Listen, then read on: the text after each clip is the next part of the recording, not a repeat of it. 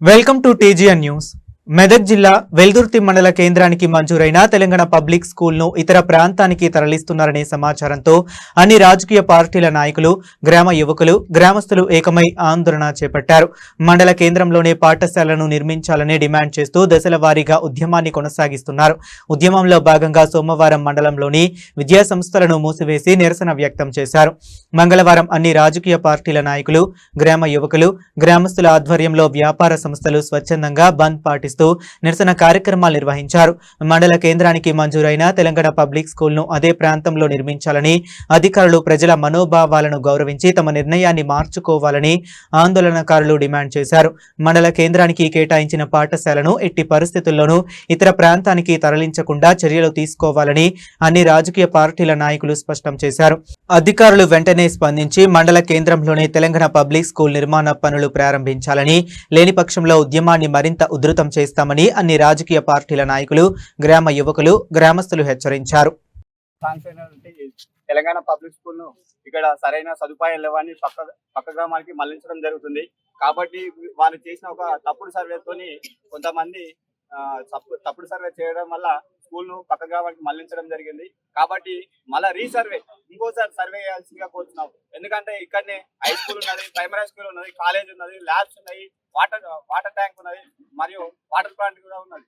మీరు చేసిన తప్పుడు సర్వే వల్ల ఈ రోజు పక్క గ్రామానికి మళ్లించడం జరిగింది. ఇక్కడ ఉన్నటువంటి బడుగు బలహీనత వర్గాలకు ఎంతో మంది పిల్లలు ఉన్నారు కాబట్టి వాళ్ళకి ఎంతో విద్యను ఉపయోగపడుతుంది. ఇక్కడ చదివించేంత స్తోమత కూడా లేని కొంతమంది లేబర్ కూలీలు కానీ రైతు కూలీలు కానీ ఎంతో మంది ఉన్నారు. కాబట్టి మాకు ఖచ్చితంగా తక్షణమే మేము ఎటువంటి పోరాటానికి సిద్ధంగా ఉన్నాము. కాబట్టి తెలంగాణ ఉద్యమానికి ఎట్లయితే పాటుపడ్డామో అదే తెలంగాణ మళ్ళీ ఇంకోసారి ఉధృతంగా దారి తీస్తుందని మేము ఈ మీడియా ముఖంగా చెప్తున్నాము. ఇక్కడ మాకు సహకరించిన వర్తక సంఘాలు, వివిధ నాయకులు అందరూ మాకు సహకరించినందుకు ధన్యవాదాలు తెలియజేస్తున్నాము. దుకాణ సంస్థలు మరియు స్వచ్ఛందంగా పనిచేసి ఈరోజు వెల్దుర్తి గ్రామానికి శాంక్షన్ అయినటువంటి తెలంగాణ మోడల్ స్కూల్ ని వేరే గ్రామానికి తరలిస్తున్న నేపథ్యంలో ఈరోజు వెల్దుర్తి గ్రామంలో బంద్ నిర్వహించడం జరిగింది. దీనికి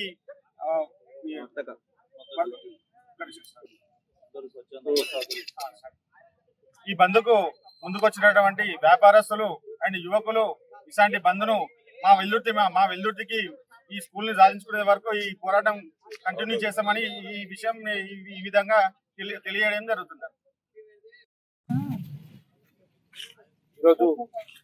ఈరోజు మా వెల్దుర్తి గ్రామంలో వర్తక సంఘం నుండి వాళ్ళంతా కూడా మన వెల్దుర్తికి వచ్చినటువంటి మోడల్ స్కూల్ వేరే విలేజ్ కి తరలించడం జరుగుతుంది. కాబట్టి మేము కూడా మా పిల్లలు కూడా చదువుకోవాలంటే చాలా ఇబ్బందికరంగా ఉంటుంది. కాబట్టి మేము కూడా ఆ స్కూల్ మన వెల్దుర్తికి రావాలని అందుకోసం మేము స్వచ్ఛందంగా బంద్ చేస్తున్నామని చెప్పేసి వర్తక సంఘం వాళ్ళంతా కూడా ఈరోజు షాపులు బంద్ చేయడం జరిగింది. మా వెల్దుర్తిలో 22 రూమ్లు ఉన్నాయి స్కూల్లో.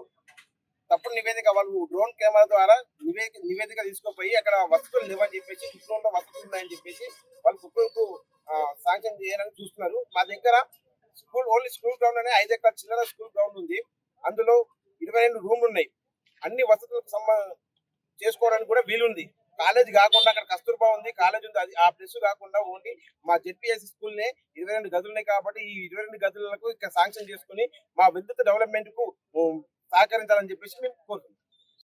దాదాపు 30 కోట్ల రూపాయలతో శాంక్షన్ అయిన Telangana model school Veldurthi head quarter లో కాకుండా పక్క గ్రామాల్లో ఏర్పాటు చేయడానికి ప్రయత్నిస్తున్నారు. ఆ ప్రయత్నాన్ని విరమించుకొని ప్రభుత్వం అన్ని రవాణా సౌకర్యాలున్న వెల్దుర్తి హెడ్ క్వార్టర్ లో స్కూల్ ను ఏర్పాటు చేసి విద్యార్థుల భవిష్యత్తును కాపాడాలని వెల్దుర్తి మండల జేఏసీ తరఫున డిమాండ్ చేస్తున్నాం. ఇక్కడ వివిధ ప్రభుత్వ స్థలాలు అందుబాటులో ఉన్నాయి. మరియు జూనియర్ కాలేజీలో దాదాపు 5 ఎకరాల స్థలం ఉన్నా కానీ అధికారులు తప్పుడు నివేదికలు ఇచ్చి పక్క గ్రామాలకు తరలించే విధంగా ప్రయత్నం చేస్తున్నారు. ఆ ప్రయత్నాన్ని వెంటనే ఉపసంహరించుకొని ప్రభుత్వం వెల్దుర్తి మండల హెడ్ క్వార్టర్ లో తెలంగాణ మోడల్ స్కూల్ ను ఏర్పాటు చేసే దిశగా ప్రయత్నించాలని ఈ సందర్భంగా మేము డిమాండ్ చేస్తున్నాం. వెల్దుర్తి మండలానికి శాంక్షన్ అయిన మండల స్కూల్ వేరే గ్రామానికి తరలిస్తుంది కాబట్టి అది స్కూల్లో అన్ని వసతులుగా వెల్దుర్తి పట్టణంలోనే ఏర్పాటు చేసి మాకు న్యాయం చేయాలని కోరుతున్నాం. రామాయంపేట మండల లక్ష్మాపూర్ గ్రామానికి చెందిన చెప్యాల రేణుక ఇటీవల గుండెపోటు రావడంతో అకస్మాత్తుగా మరణించారు. ఇటీ సమాచారాన్ని తెలుసుకున్న కాంగ్రెస్ పార్టీ నాయకుడు Leela group chairman doctor Mohan Naik గారు వారి ఊరికి చేరుకుని కుటుంబ సభ్యులను కలిసి పరామర్శించి 5,000 రూపాయల ఆర్థిక సహాయం అందించారు. ఈ కార్యక్రమంలో కాంగ్రెస్ పార్టీ గ్రామ అధ్యక్షుడు యాదగిరి, కాంగ్రెస్ పార్టీ గ్రామ ఉపాధ్యక్షుడు ప్రశాంత్ వెంకటేశం, అరుణ్ కుమార్, షాబుద్దీన్, పరమేశ్వర్, సురేష్, బాలకృష్ణ, రాజు, పార్టీ నాయకులు, కార్యకర్తలు, గ్రామస్తులు తదితరులు పాల్గొన్నారు.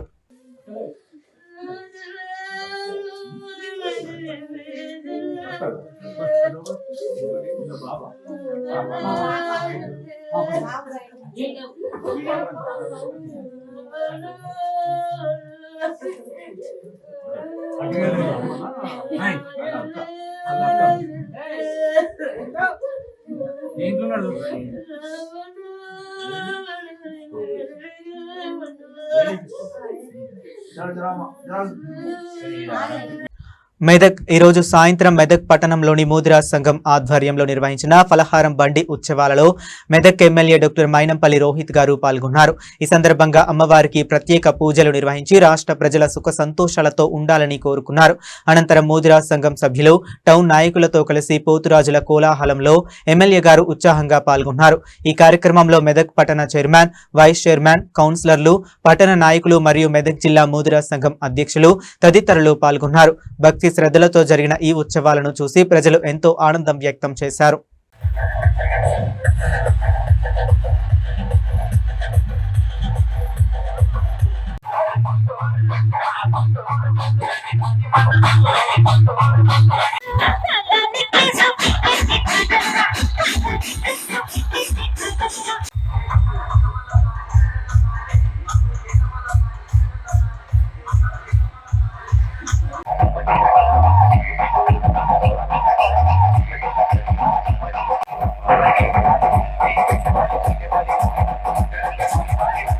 హైదరాబాద్ మూసాపేట భరత్ నగర్ కూరగాయల మార్కెట్లో భారతీయ జనతా పార్టీ నాయకులు, కార్యకర్తలు అరుదైన వినూత్న నిరసన చేపట్టారు. రాష్ట్రంలో సుదీర్ఘకాలంగా పెండింగ్ లో ఉన్న విద్యార్థుల స్కాలర్షిప్లు, ఫీజు రియంబర్స్మెంట్ బకాయిలను వెంటనే విడుదల చేయాలని డిమాండ్ చేస్తూ మార్కెట్లో కూలీ పనులు చేసి నిరసన తెలిపారు. భరత్ నగర్ వెజిటేబుల్ మార్కెట్ కు చేరుకున్న బీజేపీ శ్రేణులు కూరగాయల బస్తాలు మోస్తూ విక్రయదారులకు సహాయం చేస్తూ కూలీ పనులు చేశారు. అలా వచ్చిన కూలీ డబ్బులను సేకరించి సీఎం రిలీఫ్ ఫండ్ కు పంపనున్నట్లు ప్రకటించారు. ప్రభుత్వ ఖజానా ఖాళీ అయిందని నెపం నెట్టకుండా తమ కూలీ డబ్బులతోనైనా విద్యార్థుల ఫీజు బకాయిలు చెల్లించాలని ఎద్దేవా చేశారు. లక్షలాది మంది విద్యార్థుల భవిష్యత్తుతో ప్రభుత్వం ఆడుకుంటుందని, ఫీజు బకాయిలు రాక కళాశాల యాజమాన్యాలు సర్టిఫికేట్లు ఇవ్వకపోవడంతో విద్యార్థులు తీవ్ర ఇబ్బందులు పడుతున్నారని మండిపడ్డారు. ఇప్పటికైనా ప్రభుత్వం కళ్లు తెరిచి తక్షణమే స్కాలర్షిప్లు విడుదల చేయకపోతే ఆందోళనలను తీవ్రతరం చేస్తామని హెచ్చరించారు.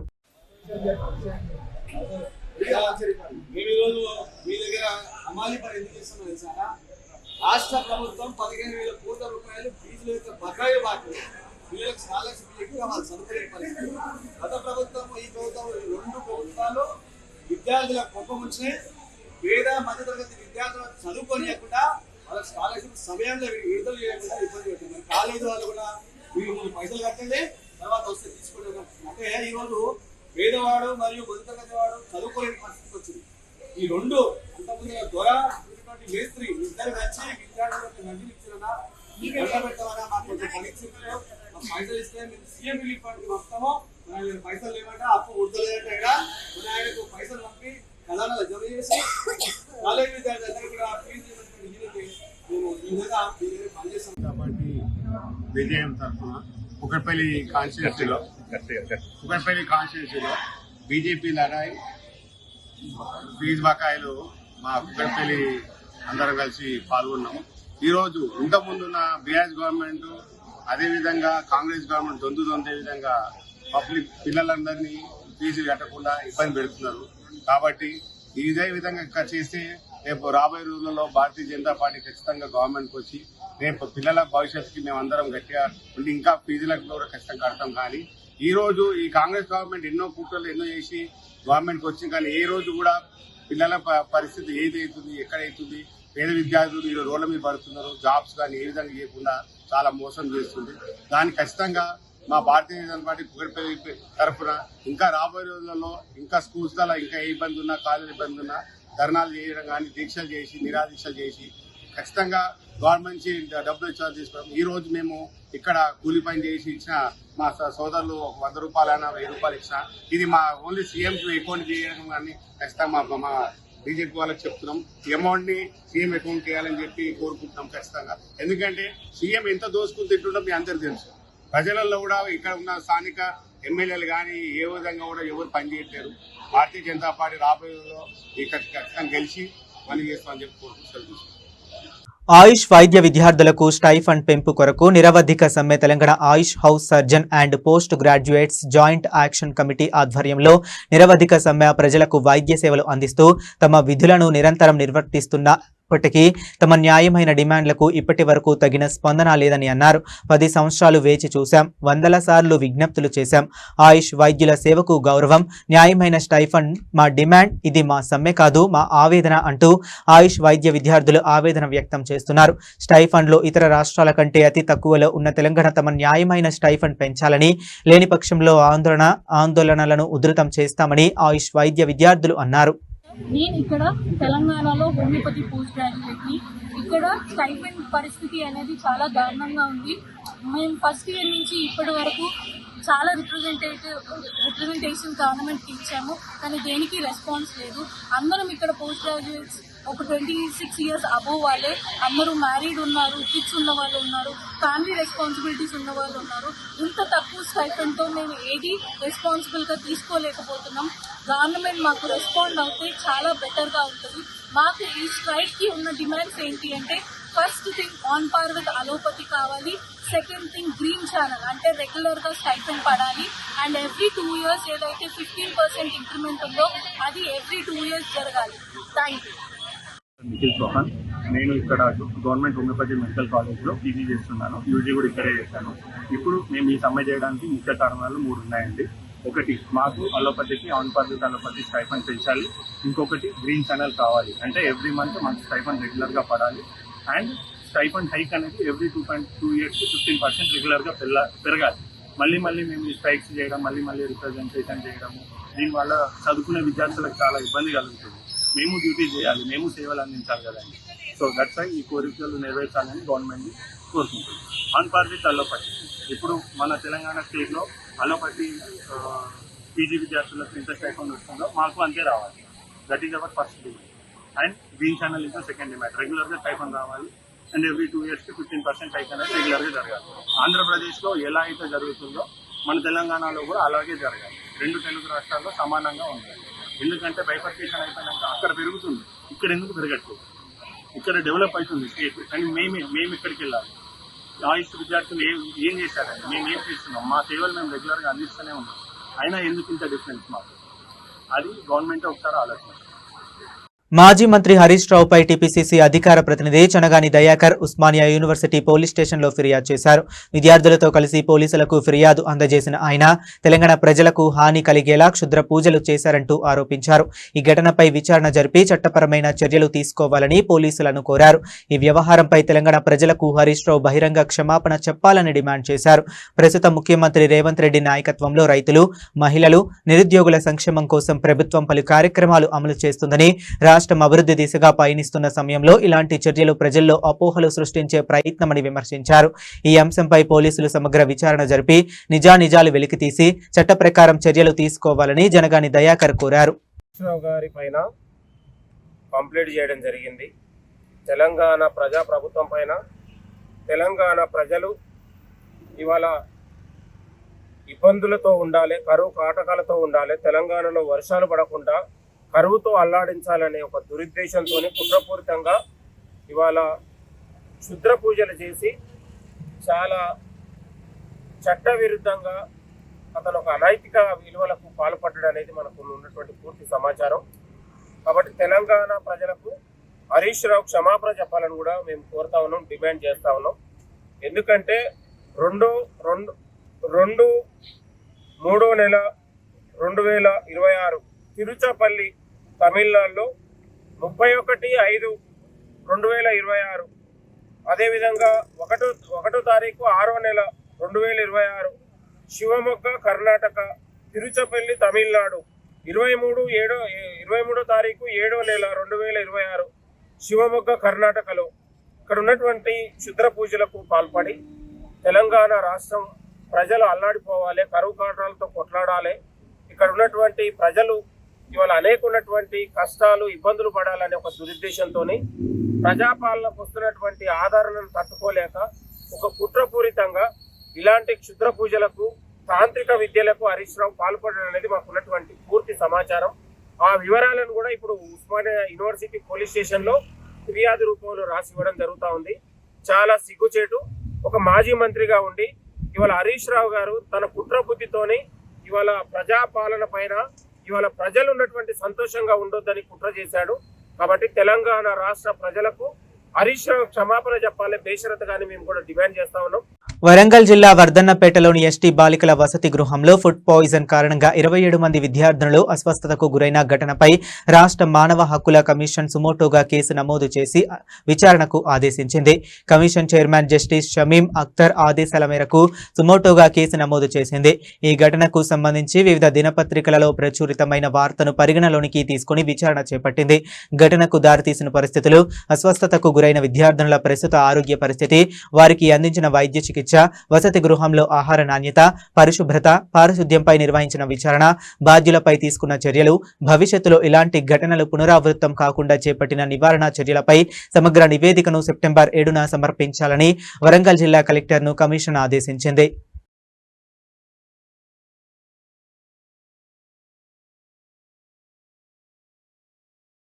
కురుమలకు ప్రత్యేక కార్పొరేషన్ ఏర్పాటు చేయాలని కురుమ యువ చైతన్య సమితి ప్రభుత్వాన్ని డిమాండ్ చేసింది.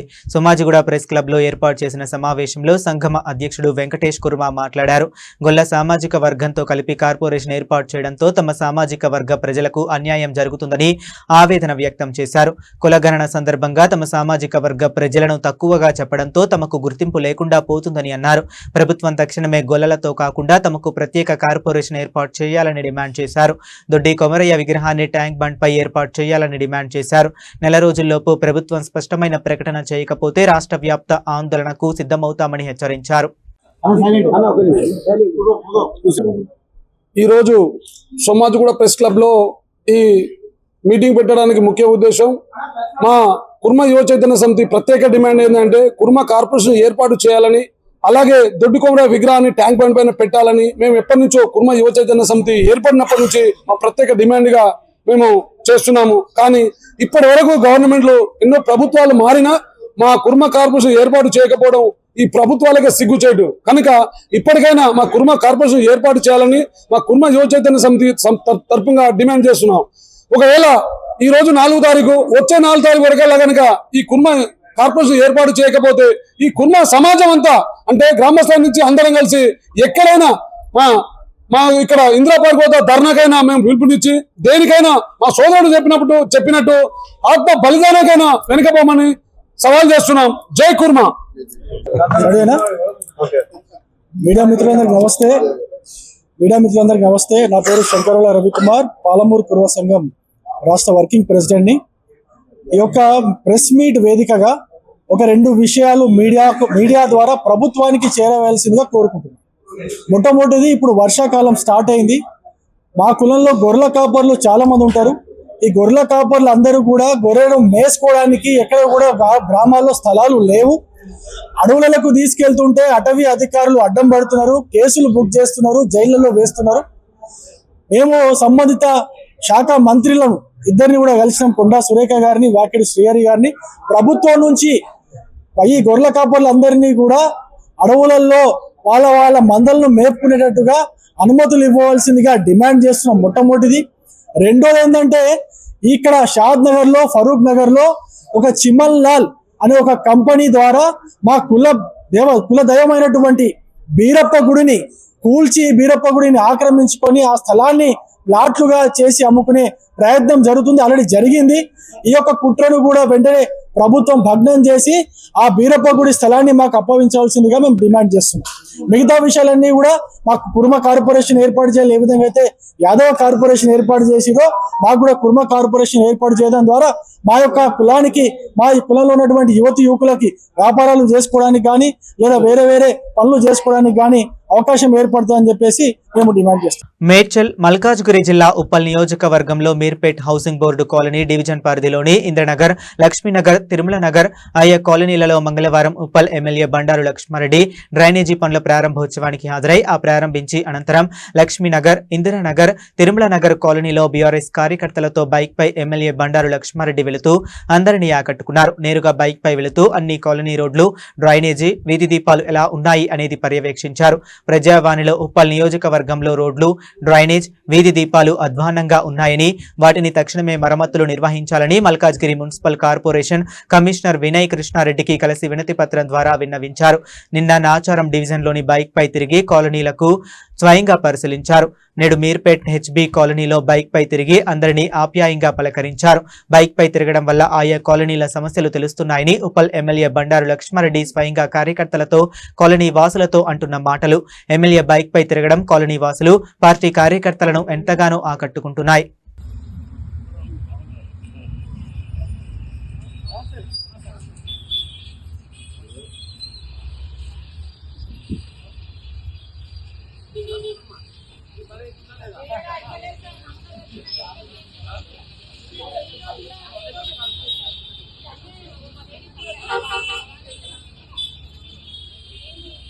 Mehdipatnam circle assistant civil supplies అధికారి బుష్రా సుల్తాన్ ఆధ్వర్యంలో అధికారులు లంగర్ హౌస్ లోని లక్ష్మీనగర్ ప్రాంతంలో అక్రమంగా నిల్వ ఉంచిన ప్రజా పంపిణీ వ్యవస్థ బియ్యంపై ఆకస్మిక దాడులు నిర్వహించారు. విశ్వసనీయ సమాచారం మేరకు నిర్వహించిన తనిఖీల్లో సయ్యద్ రహీం అనే వ్యక్తి వద్ద 51 బస్తాల పీడీఎస్ బియ్యం, సుమారు 21 క్వింటాలతో పాటు 1.75 కిలోల గోధుమలు అక్రమంగా నిల్వ ఉంచినట్లు అధికారులు గుర్తించారు. స్వాధీనం చేసుకున్న రేషన్ బియ్యాన్ని సీజ్ చేసి నిందితుడిపై క్రిమినల్ కేసుతో పాటు 6A కేసు నమోదు చేశారు. ఈ సందర్భంగా ఎస్ఓ బుష్రా సుల్తాన్ మాట్లాడుతూ పేదల కోసం ప్రభుత్వం అందించే రేషన్ బియ్యాన్ని అక్రమంగా విక్రయించడం, నిల్వ చేయడం, తరలించడం చట్టవిరుద్ధమని హెచ్చరించారు. రేషన్ కబ్జాదారులు తమకు కేటాయించిన బియ్యాన్ని విక్రయించవద్దని సూచించారు. అలాగే రేషన్ బియ్యం అక్రమ రవాణా, నిల్వలకు పాల్పడే డీలర్లు, గృహ యజమానులు, వాహన యజమానులు సహా ఇందులో ప్రమేయం ఉన్న ప్రతి ఒక్కరిపై కఠిన చర్యలు తీసుకుంటామని స్పష్టం చేశారు.